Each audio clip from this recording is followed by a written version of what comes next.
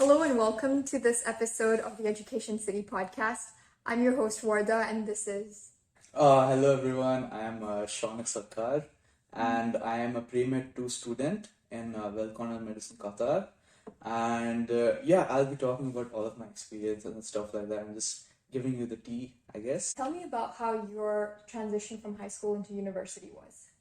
Okay, like the transition wasn't that smooth, I would say, because just as my high school was ending, COVID just started. Oh no. So yeah. COVID just started. So the holidays, I just didn't do anything. I was just staying at home because of COVID and stuff like that. And then suddenly, boom, university just came, and it was completely online. So we even had the orientation online, and first year students, they're supposed to get a pin, like Right. medical students, they're supposed to get a pin, and I hope I don't anger any professor or anything by saying this, but we didn't get that pin. Yeah, same. We didn't get any merch or anything at all. Yeah.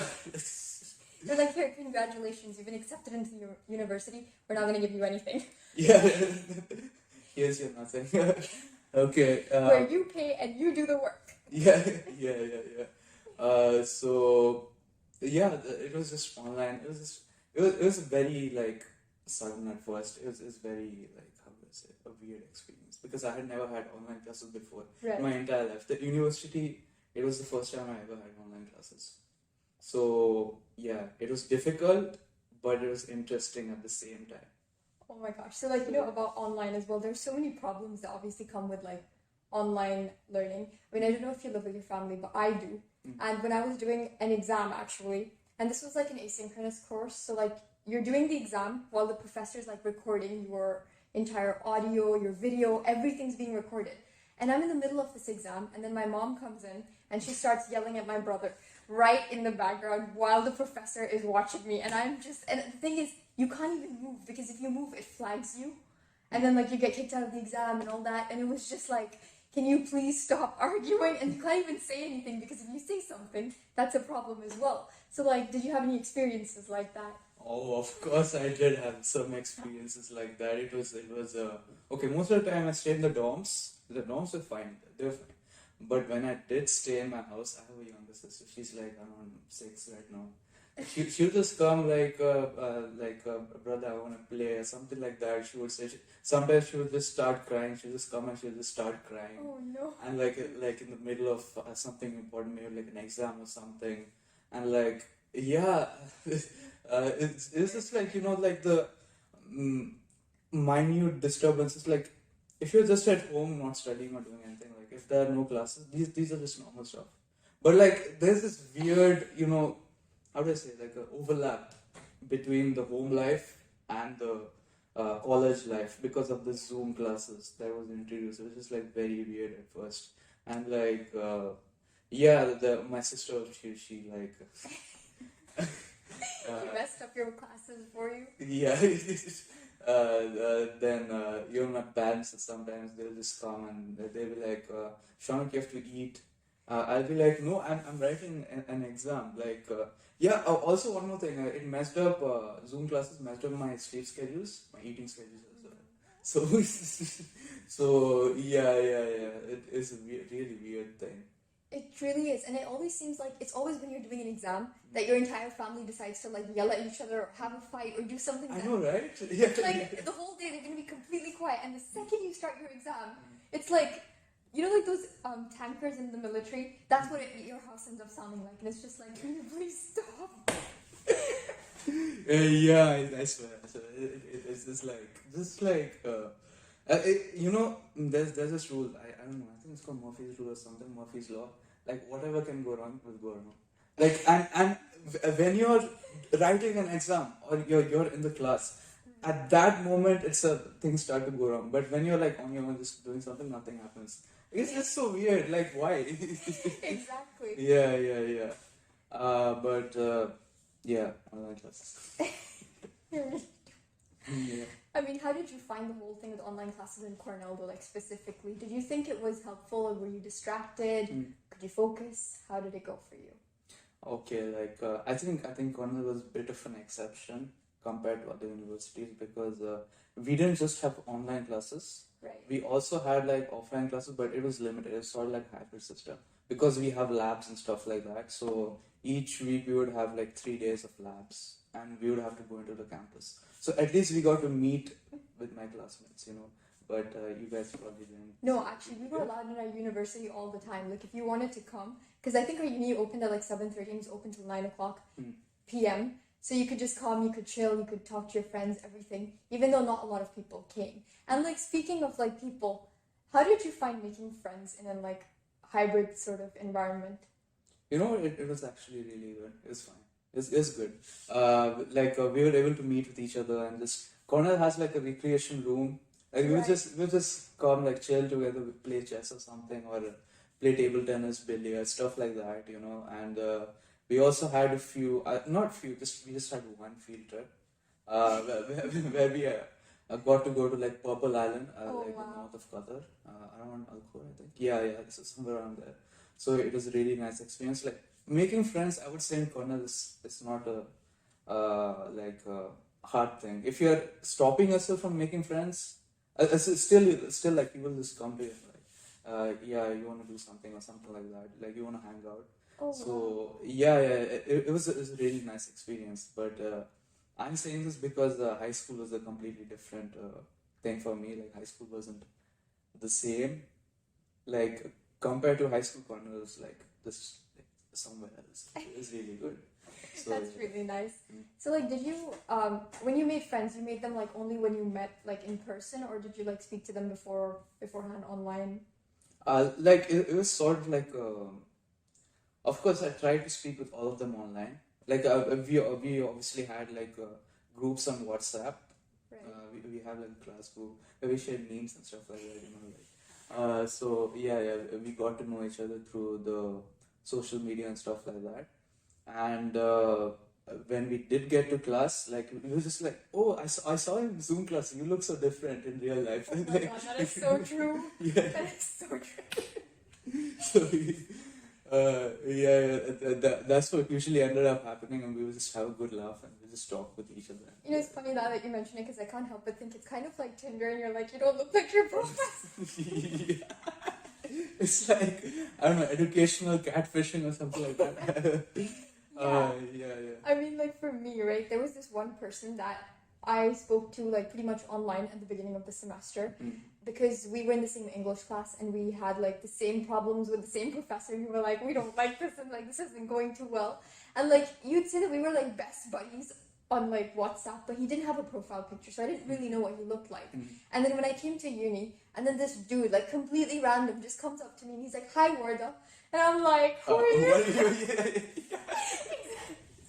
I get you. Like, I personally just try to always keep my Zoom, camera open so people know at least how I look like, and there are no awkward moments like this. Yeah. But of course, the same thing would happen to me. Like, I would just go to someone. No, people would come to me. I'm sorry, because they already know my face, and like similar situations would happen. You were also talking about like, like mutual hatred of professors. Yeah. That's not just your university. It's just not. I think it's everywhere. Like that, you're gonna find one professor that nobody likes, and it's like. Yeah. It's literally like one of the greatest bonding forces, like keeping us together. Like hatred of professors. It's the one thing that just like makes friendships. Like it's a weird thing to say, but like it's true. Yeah, you can become best friends with someone just like talking like bad about your professors. So yeah. Exactly. And like on that note, actually, how did you find interacting with professors? Was it intimidating, or how did you find that?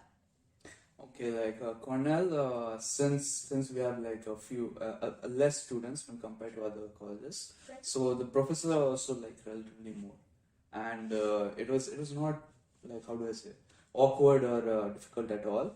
When it was online, we could like freely email or WhatsApp them at any time about anything, any doubts, something like that. And professor also had like teaching assistants, Right. so we could just hit them up and ask questions and stuff like that. And when it was offline, it was even better because professors would just come to you and be like, "Hi, Shaunak, I've seen you in class. How are you doing?" And it was just so pleasant. Like all of the professors in Cornell are really nice.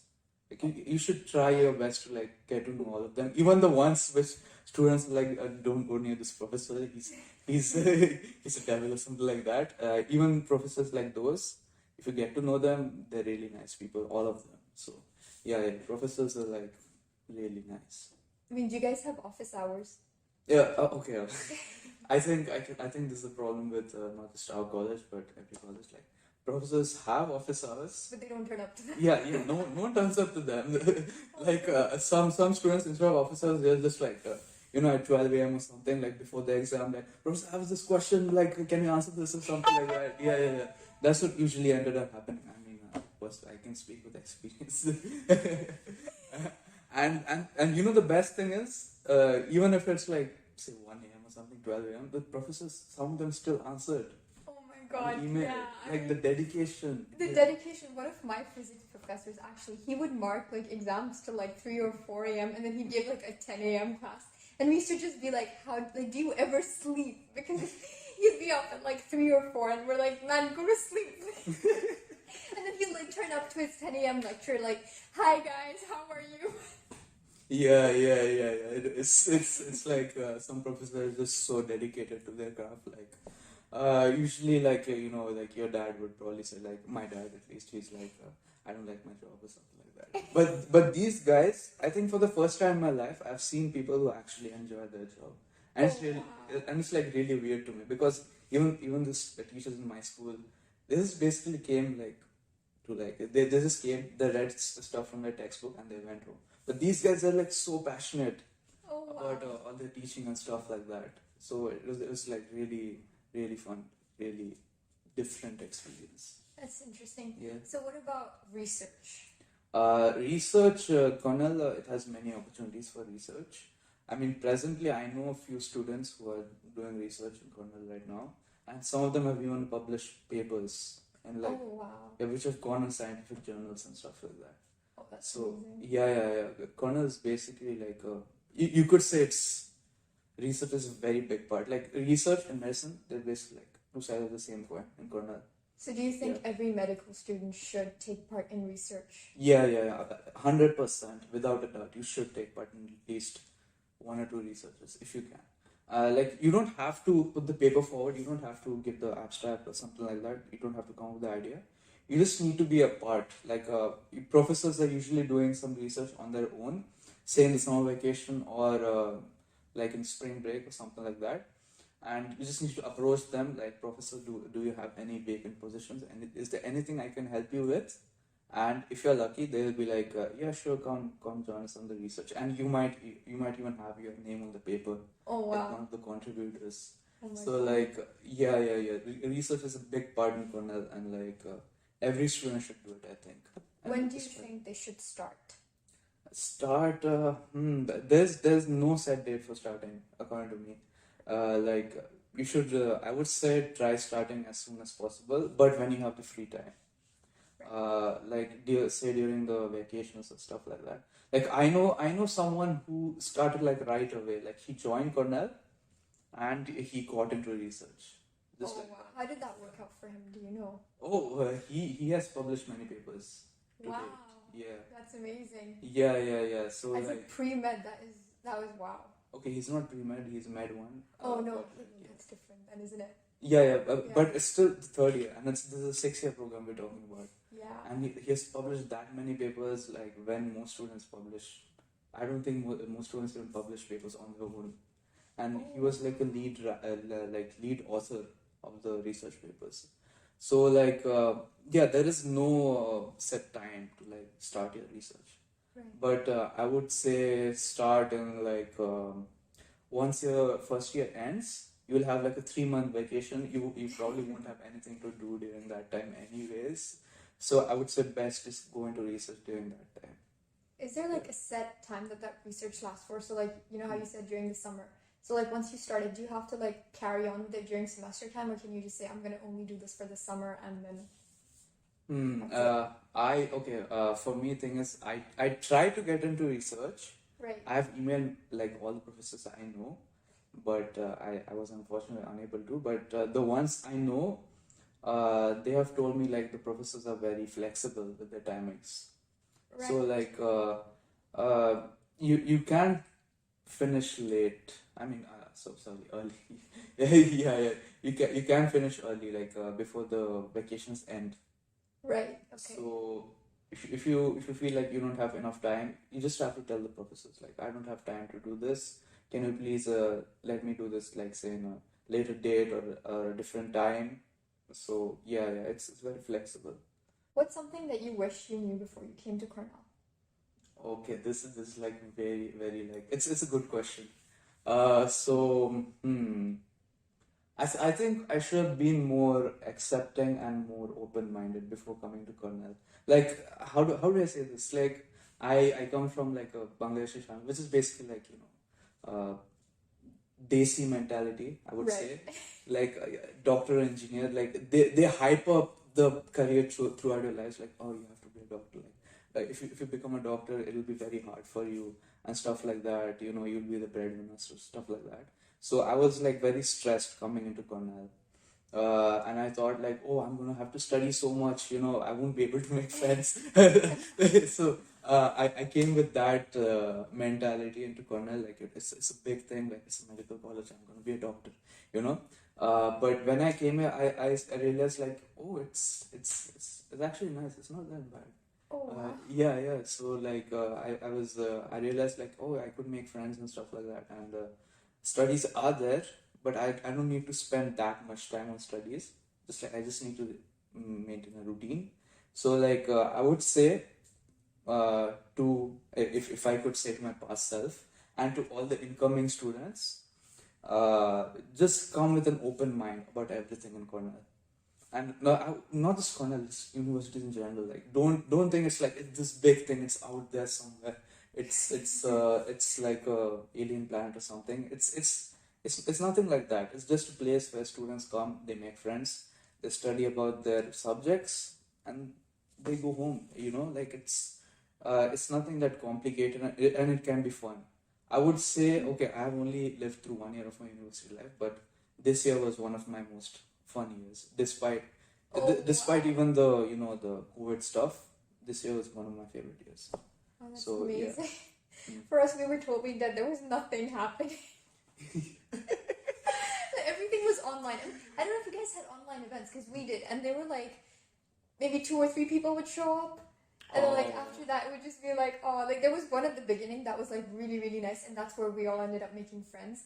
But after that, all the online events, they were just like 2 people would come, 3 people would come, and Yeah, it would just be like, oh no. I kind of agree with you on that, unfortunately. Like, even we had some online events, some professors hosted webinars, and like there were some fun events as well. But not many people showed up, same as you. And even if people did show up, usually they would like switch off the cameras, switch off the mic, and they'll just sit. Or maybe they would do something and just leave the laptop on, who knows.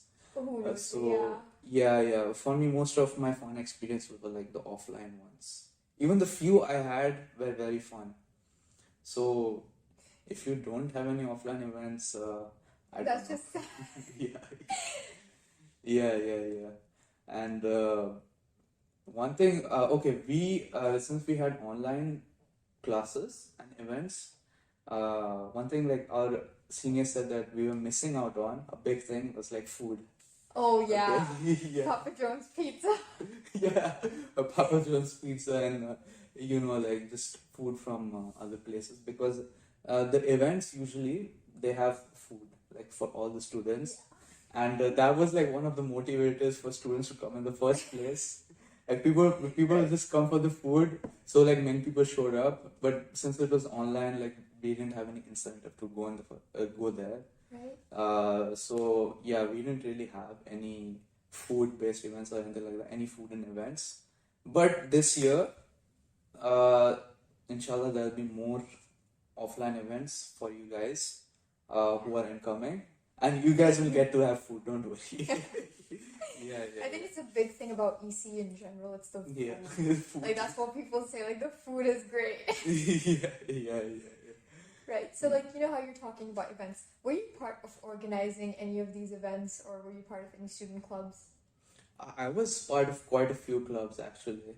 Right. I was part of the debate club, and we also had like a big red fitness club. I wasn't really a part, but I took part in the competitions. And yeah, these are like the two main clubs. A debate club, we had like, there's this thing called QUDL, Qatar University Debate League. Right. Like all the universities in Qatar, but like most of the universities from QU, I mean, what am I saying? What is this thing called? Qatar Foundation. Yeah, Qatar Foundation. Don't forget that. Yeah. Most of the universities from Qatar Foundation would participate, and we would debate on like topics. And those were very fun. Obviously, it's expected, like usually students from Georgetown or maybe Northwestern, they would usually end up winning these things. But yeah, it was very fun. But other than clubs, like events in general, I wasn't very active in the first year because I was just, learning my stuff and just getting to know the curriculum and making friends, socializing and stuff like that. But during the summer vacation, I was part of this event called the PCEP. Right. Yeah, Oh, yeah. right. PSAP. Yeah. Exactly, PCEP. Okay. So like the Cornell part, we held like a bunch of presentations about the QMSA. QMSA is like a medical students association Right. in Qatar, a Qatar Medical Students Association. And like our association was holding a presentation in the PSAP, and we held we just told them about QMSA, and we also had Jeopardy. Oh, yeah. So yeah, we had Jeopardy, and like it was strange, like throughout the presentation there was no interaction, nothing like that. Students were just like cameras off, mics off. But then as soon as the Jeopardy came, cameras started going on. People like just so excited. This is like I think one of my first times I was seeing like a actual hyped up. How do I say, like a Zoom room online environment. So like. Yeah, you were talking previously about online environments being a bit stale and dull, but this applies to most events. But there are certain things you can still do, like which just hypes up things and just makes things more exciting, like games. So this event we had a Jeopardy, and it was very fun. Like I had a lot of fun organizing the thing, and my team won, by the way. Just put that up. Yeah, this is my team won. Yeah. So yeah. That was it, I think, for the first year. But there are many chances you'll get to organize events, and I suggest that you try your best to like just go into those because those are very fun. Even though you might be busy, just try. Yeah, give it a shot and like see if it works out for you. Yeah. Exactly, that's the mentality you should have. So how do you think you should balance that with your academics? The thing with Cornell is like, especially the first 2 years, which are Right. called like pre-med, they're not very intense when compared to like the med curriculum. We'll just have, in the first year, we'll just have like a recap of what we learned in high school already, like physics, chemistry, maths, biology, and even statistics. Oh, yay. Yeah, which is strange. Like, why are we learning statistics in a medical college? But yeah. So, yeah, you don't have to stress too much, but you still have to study. And for the studying, I strongly suggest that you keep a routine for everything. Just like, maybe doesn't have to be a rigid routine. And what works for me is I don't routine based on the time of studying I'm doing, but like the quality of studying I'm doing. So just be like, this day I'm gonna study this chapter. Doesn't matter if it's 10 minutes or 1 hour, but I'm gonna study this You're gonna chapter, study it. and just go on like that for each subject. So I would say an estimate is you'll need to study, say, if you're a really good learner, like 1 hour or Whoa. Wow, 1 to 3 hours every day. that's impressive. And that's like actually study, not like Yeah, have actually your study. books open and Instagram in one hand and YouTube on the other one. Yeah. Like pretend studying, like if you're living with your parents, like your door will be closed, and then when they'll open, you just You're like, oh I was Yeah, I was studying. studying. Don't do that. Don't do that. Speaking of distractions, actually, how did you like deal with your phone? Because like I think your phone is like the most like it's a tough one because you always get your notifications that might be important because like everything's on WhatsApp now because you have your friends as well as your work on WhatsApp. So like how do you deal with social media and like not getting distracted by it, but still like you do have to. I feel like in this day and age, if you don't have social media, like You're missing out on a you're lot. not just missing out, you're living under a rock. You don't know what's going on. Yeah, true. So how do you like balance that? I'm not the right person to ask that. How did I balance that? I didn't. I fell victim to it. Yeah. Like I would just study. Then maybe I would get like an impulse, like I have to watch this video. Then I'll go on YouTube. I'll watch the video. I'm like, let me just see the other. 5 more minutes. 5 more minutes. 2 more minutes. 3 more minutes. Next thing you know, it's 3 more hours. Yeah. Yeah, exactly. That's what would end up happening every single time. Not just with YouTube, even Instagram and WhatsApp. Okay, WhatsApp is a very safe social media platform. You can't get lost in it. So Really? at least for me. For me, I'll start reading old conversations. When I want a distraction, I'll find one. Yeah. But when compared to Instagram and YouTube Yeah, and no, stuff, like for sure. obviously WhatsApp is less. But yeah. I would suggest don't put notification sounds on. That's like a no-brainer, but like don't do that because for me personally it was very annoying. Like I would just try to study, then they just come and I would like I would try mentally like no, don't pick up the phone, don't pick up. You have to study, okay. Then all the notifications come. I would be like no, don't. Like my hand would automatically go and just. And you're like, oops. Yeah.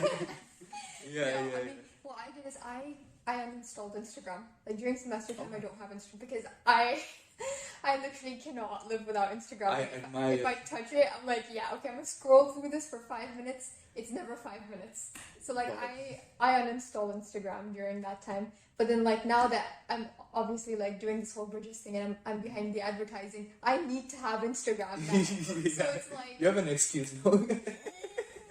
about that. See, like what I'm thinking is I have this thing on my phone and you can put timers on apps. So like, after 30 minutes the app is gonna like shut down and you like can't access it anymore. Now granted it's very, very easy to turn it back on and be like, yeah, screw you. But like I feel like it worked quite well for me at the beginning because like my biggest distractions were YouTube and Instagram. YouTube you just can't uninstall it because like you need it, man. Like, sometimes like something's not explained properly in a lecture and then you watch a YouTube video about it. So like you can't really get rid of YouTube. Problem with YouTube is it brings out a lot of other stuff in the corner that you're like, oh yeah, let me see that. Yeah, true. So I mean, I put timers on my apps and like for a while it worked for me. So I think if it works for you, it works for you, but it's also very easy to take that timer off. True. But I admire your resolve and bravery. Like to uninstall Instagram, I can never do that. Like, wow. If I try to, my brain would like, nah. What harm is it doing in my life? It's fine. Just do it. Like, but I tried a few applications. There's this application called Cold Turkey. Like you can download for your computer, which would just shut down the internet or like specific websites. It worked for a few weeks. Then like I just uninstalled it because I was like, nah. We're all gonna die anyway. It's okay. Yeah. Just live your life, YOLO, whatever. Yeah. So I'm guessing you're the same kind of person that like literally everybody in university is. At the beginning you're so motivated, like yes, I'm gonna uninstall this, I'm gonna do that, and I'm gonna study 10 hours a day and I'm gonna do this and that. And then when it comes to like finals week, you're like, no. Yeah, just my state of mind in that way. Yeah, true. I wasn't like this all the time though. Like I had a period, I think it lasted for 1 year, where I was just like in the zone all the time. I would think like, oh, I have to study like the next 5 minutes. Oh, I'm just picking a book and I'm studying. Like it was like really weird. Of course now I'm not like that. But what helped during that time and what was like the reason for my discipline at that time was because first of all I did exercise every day, so it was I don't know, exercise is a weird thing, Like you do it and you just feel like motivated to do stuff. Oh wow. So that's what would happen to me every day. Like, and it was like also like a good habit. So exercise, what ended up happening was like it was a good first habit, and so, then like newer good habits were like starting to like build up on top of each other, like using Instagram less, using internet less. Like I was able to steel myself and motivate myself like better because I started exercising. Also like reading books, but like books, for me thing is like books don't work that well. Like if I get a good book, I might miss out on sleep just to read that thing. Oh my god. Yeah. Like once I remember I read a book like for 16 hours straight and I finished it. Oh I wow. didn't eat anything because I was so absorbed into it. Books they don't work well for me because it's just same thing as YouTube for me, but like But worse. yeah, worse at sometimes obviously. But it might work for you. I don't know. It might work for someone else. And yeah, just exercising and reading books and like keeping a daily routine.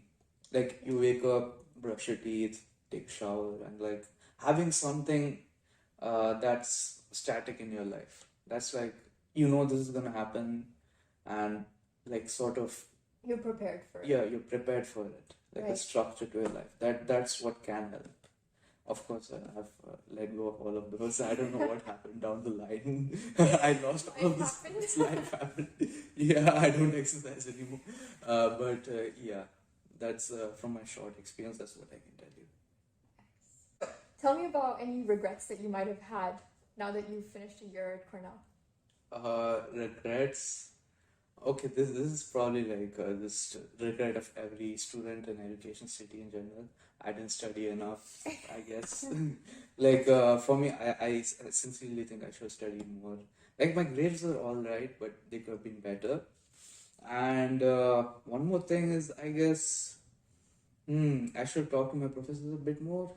I guess I did talk to my professors a lot, but if I had talked more, there would have been more opportunities drawn my way. And also, I didn't take part in that many events, social events during the first year. Right. Like there were committees and stuff like that and events. I was just too focused on procrastinating and studying. So Study. studying. So I didn't take part in that many social events and stuff like that. So those are my, I would say, greatest regrets. There are other stuff, I guess, but my mind is of that type. If something's traumatic, it just shuts off. I just forget. But yeah. Those are my biggest regrets, I think. I mean, one thing like you can all expect is that you're going to be traumatized from the first year of university because, oh my god, your life changes so much. You just suddenly go to like being at a place where no one's keeping tabs on you. Like your teacher's not going to email you to be like, "Where's your assignment?" They'll just give you a 0 on it. Yeah, Right? yeah. Like no one's going to tell you, "Oh, your deadline's like this." Well, I mean, your friends might if you're lucky. Yeah, if you're lucky. That's the thing. That was one of the like few shock things when I entered university. Like my school was very disciplinarian and very strict. Oh yeah. Like I had to wear my tie a certain way. If I had long hair, they would be like cut your hair and come. If my nails were long, like I'm a guy, okay, and they didn't allow me to have long nails. Think Oh, about wow. that, yeah. So like if my nails were long, they would be like, go to the nurse room, cut your nails and come. I'm like, why? And this happened till like 12th grade. Like my school was like that. I'm not gonna tell the name. Like I hope I don't get like sued or something. I don't know. But yeah, and the teachers were very strict. But I come into university, it's like total flip. Yeah, no one cares what you're doing. Yeah, no one cares, Like at first I enjoyed that. I'm like, yeah, I can do whatever I want. I can just go out. Yeah. But then it's like you start forgetting deadlines, and yeah, life happens, and then you realize, yeah, it's like a double-edged sword. Like you have to like be your own person in university. You need to like have self-discipline. I think that's like the biggest thing. And it's like also the hardest thing to have like that self-discipline. You know, one thing that helps, or like I don't know if it helps you, and I feel like it depends on like the friends that you have. If you have like friends who are like super studious and like you can get things done with them, sometimes it's really, really motivating to do work with them. I mean, I think I've already spoken about this before, but what me and my friend once did in this one class is we were assigned this like 2-page reading, and we were both kind of like, oh, bummer, you know, like we don't really want to read. So what I did is I read the first page and she read the second page, and then like we sort of filled each other in on everything. Yeah, this happens a lot, you know, like you would turn up for a class and you'll be like, oh, I don't know, I was supposed to read this thing, I didn't read it, oh my god, what am I gonna do? You'll just, if you're lucky, you might have that one friend, you know, you'll just go to him like, please, can you give me like a summary, brief summary, like 5 minutes of it, and they'll just give the whole thing, and like a teacher would ask you a question and you'd be able to answer, you know, like, you like, thank God, like, that's the thing about university, like, you'll get to make really good friends, you know, who will help you, like, at certain things, you know, and remind you of deadlines.